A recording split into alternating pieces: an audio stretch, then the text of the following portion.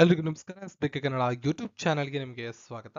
12 ಜನವರಿ 2024ರ ಪ್ರಚಲಿತ ವಿದ್ಯಮಾನಗಳನ್ನು ಈ ವಿಡಿಯೋದಲ್ಲಿ ನೋಡ್ತಾ ಹೋಗೋಣ. ಮುಂಬರುವ ಎಲ್ಲ ಸ್ಪರ್ಧಾತ್ಮಕ ಪರೀಕ್ಷೆಗೆ ಇದು ತುಂಬಾ ಅನುಕೂಲ ಆಗುತ್ತೆ. ವಿಡಿಯೋನ ಕೊನೆ ತನಕ ನೋಡಿ. ಕಳೆದ ಒಂದು ವರ್ಷಗಳ ಪ್ರಚಲಿತ ವಿದ್ಯಮಾನಗಳನ್ನು ಪಡ್ಕೋಬೇಕು ಅಂದರೆ ಈ ವಿಡಿಯೋದ ಡಿಸ್ಕ್ರಿಪ್ಷನ್ನ ಚೆಕ್ ಮಾಡಿ, ಟೆಲಿಗ್ರಾಮ್ಗೆ ಜಾಯ್ನ್ ಆಗಿ, ಅಲ್ಲಿ ಕೂಡ ನಿಮಗೆ ಸಂಪೂರ್ಣ ಮಾಹಿತಿ ಸಿಗುತ್ತೆ.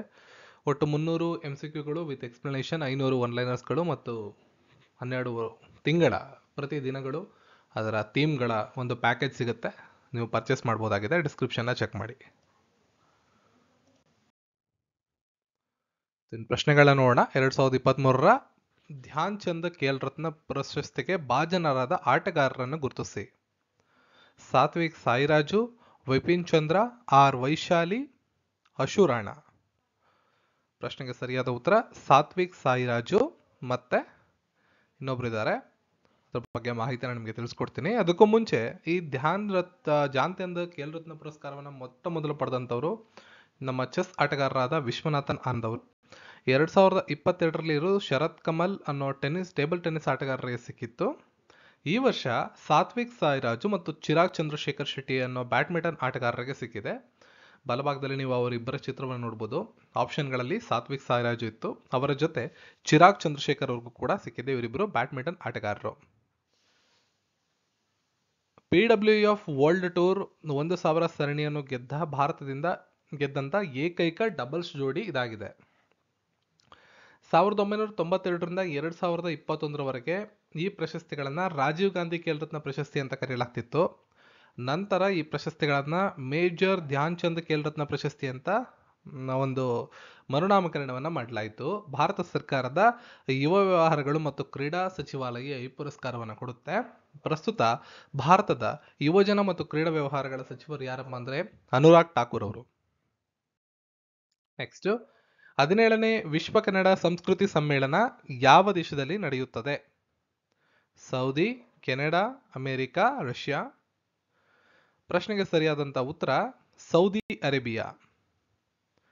ಅನಿವಾಸಿ ಕನ್ನಡಿಗರು ಮತ್ತು ಹೃದಯ ವಾಹಿನಿ ಸಂಸ್ಥೆ ಪ್ರಸ್ತುತಪಡಿಸುವ 17ನೇ ಕನ್ನಡ ಸಾಹಿತ್ಯ ಸಮ್ಮೇಳನ ಕನ್ನಡದ ನಾಡ್ನುಡಿ, ಇತಿಹಾಸ, ಕಲೆ, ಸಂಸ್ಕೃತಿಯ ಭವ್ಯ ಅನಾವರಣಗೊಳಿಸುವ ಹಾಗೂ ಕನ್ನಡದ ಕಂಪನ್ನ ವಿದೇಶದಲ್ಲಿ ಪಸರಿಸುವ ಉತ್ತಮ ಕಾರ್ಯವನ್ನ ನಡೆಸಲಾಗುತ್ತೆ. ಈ ಬಾರಿ ಇದು ಸೌದಿ ಅರೇಬಿಯಾದಲ್ಲಿ ನಡೆಯುತ್ತೆ. ಯಾವ ಸಂಸ್ಥೆ ರೈಲ್ವೆ ನಿಲ್ದಾಣಗಳಿಗೆ ಈಟ್ ರೈಟ್ ಸ್ಟೇಷನ್ ಪ್ರಮಾಣೀಕರಣವನ್ನು ನೀಡುತ್ತದೆ? ರೈಲ್ವೆ ಸಚಿವಾಲಯ, FSSAI, FCI, ನೀತಿ ಆಯೋಗ. ಪ್ರಶ್ನೆಗೆ ಸರಿಯಾದಂಥ ಉತ್ತರ FSSAI. ಆ ಸರ್ಟಿಫಿಕೇಟ್ ಯಾವ ರೀತಿ ಇರುತ್ತೆ ಅಂತ ಬಲಭಾಗದಲ್ಲಿ ಭಾವಚಿತ್ರದ ಮೂಲಕ ನೀವು ನೋಡ್ಬೋದಾಗಿದೆ. ಈಟ್ ರೈಟ್ ಸ್ಟೇಷನ್ ಪ್ರಮಾಣೀಕರಣವನ್ನು ಭಾರತೀಯ ಆಹಾರ ಸುರಕ್ಷತೆ ಮತ್ತು ಗುಣಮಟ್ಟ ಪ್ರಾಧಿಕಾರ FSSAI ಅವರು ಪ್ರಯಾಣಿಕರ ಸುರಕ್ಷತೆ ಮತ್ತು ಆರೋಗ್ಯಕರ ಆಹಾರವನ್ನು ಒದಗಿಸುವ ಮಾನದಂಡವನ್ನು ಪರಿಗಣಿಸಿ ರೈಲ್ವೆ ನಿಲ್ದಾಣಗಳಿಗೆ ಕೊಡ್ತಾರೆ. ವಾರಣಾಸಿ ರೈಲು ನಿಲ್ದಾಣ ಪ್ರಯಾಣಿಕರಿಗೆ ಗುಣಮಟ್ಟ ಮತ್ತು ಪೌಷ್ಟಿಕ ಆಹಾರವನ್ನು ಒದಗಿಸೋದಕ್ಕಾಗಿ ಇತ್ತೀಚೆಗೆ ಈ 5 ಸ್ಟಾರ್ ಈಟ್ ರೈಟ್ ಸ್ಟೇಷನ್ ಪ್ರಮಾಣೀಕರಣವನ್ನು ಪಡೆದುಕೊಂಡಿತ್ತು.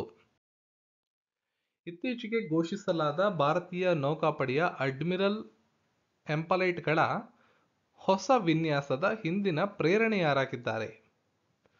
ಮಹಾರಾಜ ಪ್ರತಾಪ್ ಅವರು, ಶಿವಾಜಿಯವರು, ಮಹಾರಾಜ ರಂಜಿತ್ ಸಿಂಗ್ ಮತ್ತು ಚಂದ್ರಗುಪ್ತ ಮೌರ್ಯ ಅವರು. ಇವರು 4ರಲ್ಲಿ ಇದರ ಹಿಂದಿರ್ತಕ್ಕಂಥ ಪ್ರೇರಣೆ ಯಾರು ಅಂದರೆ ಶಿವಾಜಿ. ಆಪ್ಷನ್ 2 ಸರಿಯಾದಂಥ ಉತ್ತರ. ಭಾರತೀಯ ನೌಕಾಪಡೆಯ ಹೊಸ ಭುಜಶ್ರೇಣಿಯ ಚಿಹ್ನೆಗಳು ಅಂದರೆ ಎಪೈಲೈಟ್ಗಳು ನೌಕಾಧ್ವಜ ಮತ್ತು ಪೌರಾಣಿಕ ಮರಾಠ ಆಡಳಿತ ಛತ್ರಪತಿ ಅಂತ ಕರೆಯಲಾಗ್ತಿರ್ತಕ್ಕಂಥ ಶಿವಾಜಿ ಮಹಾರಿಂದ ವಿನ್ಯಾಸದಿಂದ ಇನ್ಸ್ಪಿರೇಷನ್ ಪಡೆದುಕೊಂಡು ಪ್ರೇರಣೆಯನ್ನು ಪಡೆದುಕೊಂಡು ಮಾಡಲಾಗಿದೆ. ಗೋಲ್ಡನ್ ಮಟನ್ ಮತ್ತು ಅಷ್ಟಭುಜಾಕೃತಿಯಂತಹ ವೈಶಿಷ್ಟ್ಯಗಳು ಕ್ರಮವಾಗಿ ಸ್ವದೇಶೀಕರಣದ ಪ್ರಯತ್ನಗಳು ಮತ್ತು ದೀರ್ಘಾವಧಿಯ ಕಾರ್ಯತಂತ್ರ ದೃಷ್ಟಿಯನ್ನ ಪ್ರತಿಬಿಂಬಿಸುತ್ತವೆ. ಪಶ್ಚಿಮ ಬಂಗಾಳ ಸರ್ಕಾರ ಯಾವ ನದಿಯ ದಡದಲ್ಲಿ ಟೀ ಪಾರ್ಕ್ ಅನ್ನು ಅಭಿವೃದ್ಧಿಪಡಿಸಲು ಯೋಜಿಸಿದೆ? ಗಂಗಾ, ಹೂಗ್ಲಿ, ಅಂಜನಾ, ಕಾಳಿಂದಿ. ಸರಿಯಾದ ಉತ್ತರ ಹೂಗ್ಲಿ. ಪಶ್ಚಿಮ ಬಂಗಾಳ ಸರ್ಕಾರ ಅಲ್ಲಿಯ ರಾಜಧಾನಿಯಾದ ಕೋಲ್ಕತ್ತಾ ಬಳಿ ಹೂಗ್ಲಿ ನದಿಯ ದಡದಲ್ಲಿ ಸುಮಾರು 10ರಿಂದ 12 ಎಕರೆ ಪ್ರದೇಶದಲ್ಲಿ ಟೀ ಪಾರ್ಕ್ ಅನ್ನು ಅಭಿವೃದ್ಧಿಪಡಿಸಲು ಯೋಜಿಸಿದೆ. ಮುಖ್ಯಮಂತ್ರಿ ಮಮತಾ ಬ್ಯಾನರ್ಜಿಯವರು ತಮ್ಮ ಮಧ್ಯಪ್ರಾಚ್ಯ ಭೇಟಿಯ ಸಂದರ್ಭದಲ್ಲಿ ಗಮನಿಸಿ ದುಬೈನ ಮಾದರಿಗಳಿಂದ ಪ್ರೇರಿತವಾದ ರಫ್ತು ಆಧಾರಿತ ಚಹಾ ಸಂಸ್ಕರಣೆ ಮತ್ತು ಪ್ಯಾಕೇಜಿಂಗ್ ಸೌಲಭ್ಯವನ್ನು ಸ್ಥಾಪಿಸುವ ಗುರಿ ಇದು ಹೊಂದಿರುತ್ತದೆ. ಕೋಲ್ಕತ್ತಾದ ಬಂದರಿನ ಸಂಪರ್ಕವನ್ನು ಮೌಲ್ಯವರ್ಧನೆ ಮಾಡುವ ಮೂಲಕ ಡಾರ್ಜಿಲಿಂಗ್ ಚಹಾ ರಫ್ತುಗಳನ್ನು ಹೆಚ್ಚಿಸಲು ಈ ಉಪಕ್ರಮ ಸಹಾಯ ಮಾಡುತ್ತೆ. ಸರ್ಕಾರದ ವಿಕಸಿತ್ ಭಾರತ್ ಅಭಿಯಾನ ಉಪಕ್ರಮದ ಬ್ರ್ಯಾಂಡ್ ಅಂಬಾಸಿಡರ್ ಆಗಿ ಯಾವ ಪ್ರೇರಕ ಭಾಷಣಕಾರ ಮತ್ತು NGO ಸಂಸ್ಥಾಪಕರನ್ನು ನೇಮಿಸಲಾಗಿದೆ? ಸೋನು ಸೂದ್, ಅಮಿತಾಬ್ ಶಾ, ಉಜ್ವಲ್ ಪಟ್ಟಿ, ಸಂದೀಪ್ ಮಹೇಶ್ವರಿ. ಸರಿಯಾದ ಉತ್ತರ ಅಮಿತಾಬ್ ಶಾ. ಸರ್ಕಾರದ ಪ್ರಮುಖ ಪ್ರೇರಕ ಭಾಷಣಕಾರ ಮತ್ತು CSR ಐಕಾನ್ NGO ಯುವ ಅನ್ಸ್ಟಾಪಬಲ್ನ ಸಂಸ್ಥಾಪಕರಾದ ಅಮಿತಾಬ್ ಶಾ ಅವರನ್ನ ವಿಕಸಿತ್ ಭಾರತ್ ಅಭಿಯಾನದ ಬ್ರ್ಯಾಂಡ್ ಅಂಬಾಸಿಡರ್ ಆಗಿ ನೇಮಿಸಲಾಗಿದೆ.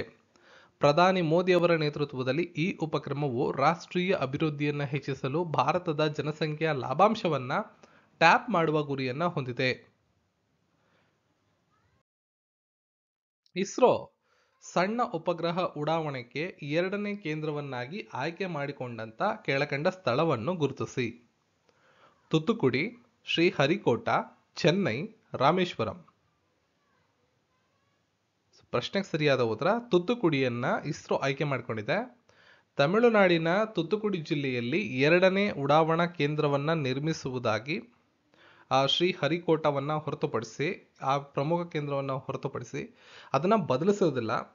ಆಂಧ್ರ ಪ್ರದೇಶದ ಶ್ರೀಹರಿಕೋಟಾ ಏನಿದೆ ಅದು ಮೊದಲ ಕೇಂದ್ರವಾಗಿ ಇರುತ್ತೆ, ಅದನ್ನ ಬದಲಾವಣೆ ಮಾಡೋದಿಲ್ಲ.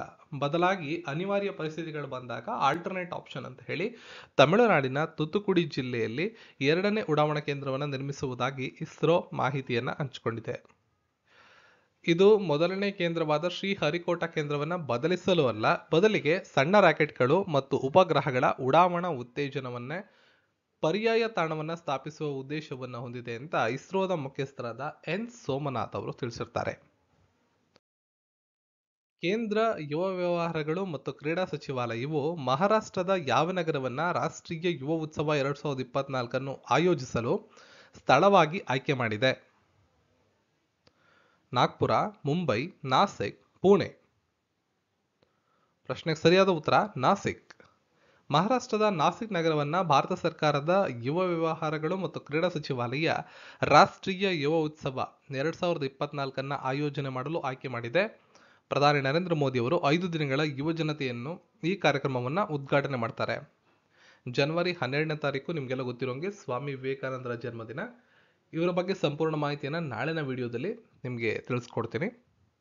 ಜನವರಿ 12ರಂದು ನಾಸಿಕ್ನಲ್ಲಿ ನಡೆಯುವ ಉತ್ಸವದಲ್ಲಿ ಭಾರತಾದ್ಯಂತ ಸುಮಾರು 7,500ಕ್ಕೂ ಹೆಚ್ಚು ಯುವಕರು ಭಾಗಿಯಾಗ್ತಾರೆ. ನಮ್ಮ ಸ್ವಾಮಿ ವಿವೇಕಾನಂದರ ಜನ್ಮದಿನವನ್ನು ರಾಷ್ಟ್ರೀಯ ಯುವ ದಿನ ಅಂತ ಆಚರಣೆ ಮಾಡ್ತೀವಿ ಜನವರಿ 12ರಂದು. ಆ ದಿನದ ಪ್ರಮುಖವಾಗಿ ಈ ಕಾರ್ಯಕ್ರಮವನ್ನು ಅನಾವರಣಗೊಳಿಸಲಾಗುತ್ತೆ ಮತ್ತು ಉದ್ಘಾಟನೆ ಮಾಡಲಾಗುತ್ತೆ. ಇದಿಷ್ಟು ಇವತ್ತಿನ ಪ್ರಚಲಿತ ವಿದ್ಯಮಾನಗಳು. ಎಲ್ಲ ಮಾಹಿತಿಗಳು ನಿಮ್ಗೆ ಯೂಸ್ಫುಲ್ ಅನ್ಸಿದ್ರೆ ವಿಡಿಯೋನ ಲೈಕ್ ಮಾಡಿ, ಶೇರ್ ಮಾಡಿ, ಚಾನಲ್ನ ಸಬ್ಸ್ಕ್ರೈಬ್ ಮಾಡಿ. ಈ ಕ್ಲಾಸ್ನ PDF ನೋಟ್ಸ್ ಬೇಕು ಅಂದರೆ ಈ ವಿಡಿಯೋದ ಡಿಸ್ಕ್ರಿಪ್ಷನ್ಲಿ ಟೆಲಿಗ್ರಾಮ್ ಲಿಂಕ್ ಇದೆ, ಜಾಯ್ನ್ ಆಗಿ ಅಲ್ಲಿ ಹೋಗಿ ಡೌನ್ಲೋಡ್ ಕೂಡ ಮಾಡ್ಕೋಬಹುದು. ಸಿಗೋಣ ಮತ್ತೊಂದು ವಿಡಿಯೋ ಅಂತ. ಎಲ್ರಿಗೂ ಧನ್ಯವಾದಗಳು.